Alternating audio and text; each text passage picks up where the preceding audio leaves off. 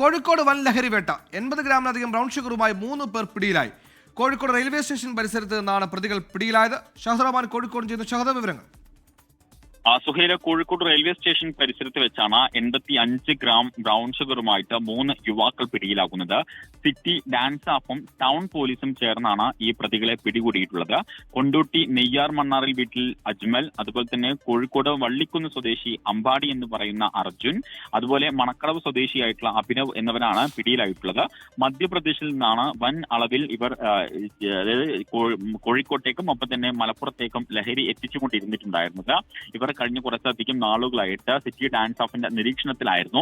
തുടർന്നാണ് ഇന്ന് railway station പരിസരത്ത് നിന്നും ഈ പ്രതികളെ പിടികൂടുന്നത്.